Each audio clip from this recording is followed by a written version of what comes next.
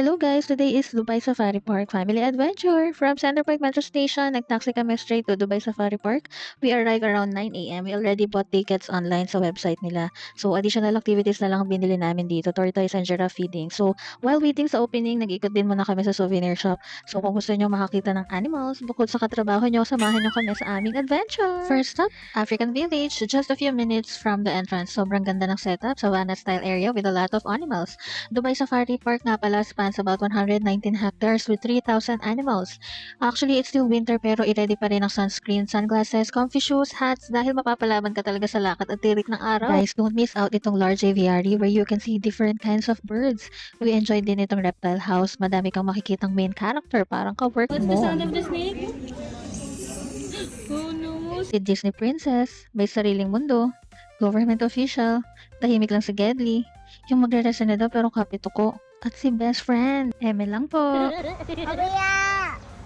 Next is Birds of Prey presentation. OMG, mind blown. Ang daming klase ng birds. And each has its personality at skills. So, ang tunay na American Eagle, hindi yung brand ng damit mo. Char. Then, we move to Explorer Village. Here's the highlight of the day. Giraffe feeding at 1 p.m. First time namin to, lalo na kay Baby MM.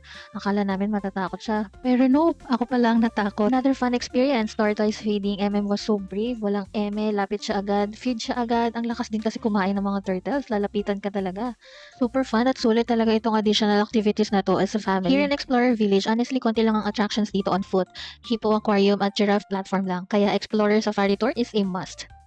Yes, may long queue pero don't worry, mabilis lang kasi madaming buses. This is a 40 to 45 minute guided drive-through tour where you can see wild animals up close. Is the lion sleeping? Paano mag-sleep? Ay, I like that. Say hi. Ay, name mo. I'm your tour guide, Malik. At yung tour guide namin, hawig pa ni Tom Cruise. Saan ka pa? He was very informative, parang live documentary habang umaandar ka. Gusto mo yun? Then we headed to Asian Village for 15-minute Arabian Desert Safari Tour.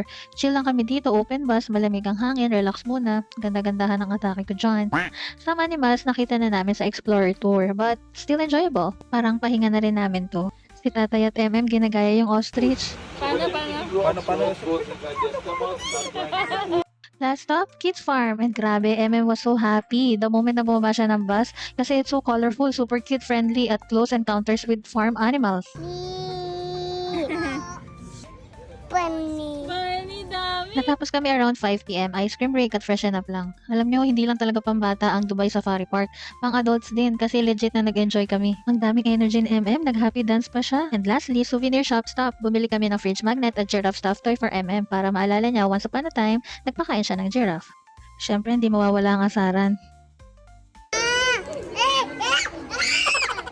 Overall, 10 over 10, napakaganda at napakasayang experience as a family. Would definitely do it again next time. Taxi pa uwi. May bus naman pero pag may toddler ka, team taxi tayo. That's it guys. Bye! Bye!